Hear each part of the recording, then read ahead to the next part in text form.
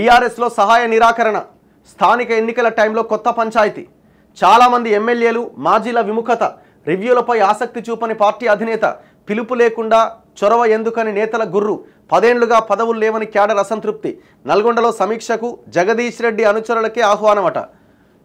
జగదీష్ రెడ్డి కూడా లీడర్ అయిపోయిండా? జగదీష్ రెడ్డి ఎప్పుడు 300 ఓట్లతోని 3000 ఓట్లతోని గెలుస్తూ ఉంటాడు.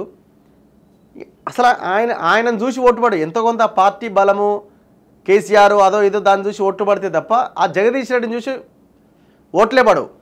నిన్న రివ్యూ పెట్టినట్టు నల్గొండలో నాకు కూడా కొంతమంది టీఆర్ఎస్ వాళ్ళు మెసేజ్లు పెట్టారు. మేము ఆ మీటింగ్కి పోలేదు, మొత్తం ఆయన అనుచరులకి లేకపోతే ఆయన దగ్గరున్న వాళ్ళని పిలిపించుకున్నాడు, మమ్మల్ని ఎవరిని పిలవలేదని. బీఆర్ఎస్ పార్టీలో పంచాయతీ మొదలైందా? స్థానిక ఎన్నికలపైన నేతలు సుముఖంగా లేరా?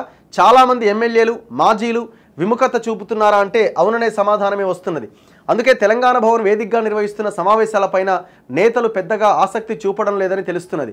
అసెంబ్లీ పార్లమెంట్ ఎన్నికల్లో ఓడిపోయిన తర్వాత మీటింగ్లు నిర్వహించకుండా ఇప్పుడు నిర్వహించి ఏం లాభం అనే విమర్శలు నేతల నుంచి వినిపిస్తున్నాయి.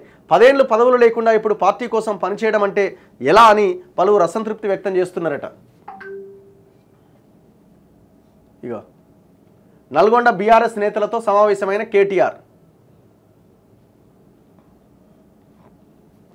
ఉమ్మడి నల్గొండ జిల్లాలో బీఆర్ఎస్ పార్టీ రాజకీయం రసవత్తరంగా సాగుతోంది. ఓడిపోయినా నేతల్లో మాత్రం మార్పు రాలే. తమ ఆధిపత్యం కాపాడుకునేందుకు పాకులాడుతున్నారు తప్ప పార్టీ బలోపేతంపై దృష్టి సారించట్లేదనేది బుధవారం నల్గొండ నేతలతో జరిగిన సమావేశం స్పష్టం చేస్తుంది.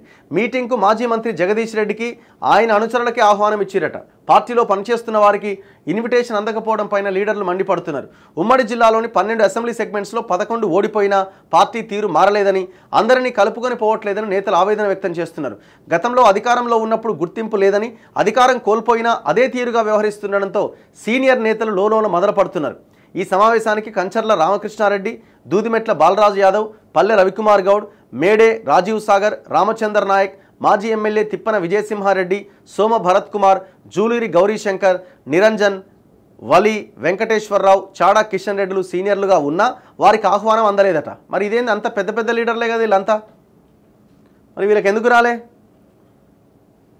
బాలరాజు యాదవ్ ఆయన గొర్రెల షీప్స్ దాని కార్పొరేషన్ చైర్మన్గానే ఉన్నాడు కదా, మరి బాలరాజు యాదవ్కి ఎందుకు రాలే? పల్లె రవికుమార్ గౌడ్ ఆయన ఎలక్షన్లకు ముందు పార్టీలోకి వచ్చిన కదా, ఆయనకి ఎందుకు రాలే? Senior journalist. జగదీష్ రెడ్డిది నడుస్తున్నది పార్టీలో. మరి ఇప్పుడు నేను కేటీఆర్ అన్న అడగాలి కదా, మరి వీళ్ళు ఎందుకు పిలవలేదు, ఏంది కథ అని. ఆయనకేం తెలుసు, వచ్చిండు కూర్చుండి మాట్లాడిన అవతల పడ్డాడు.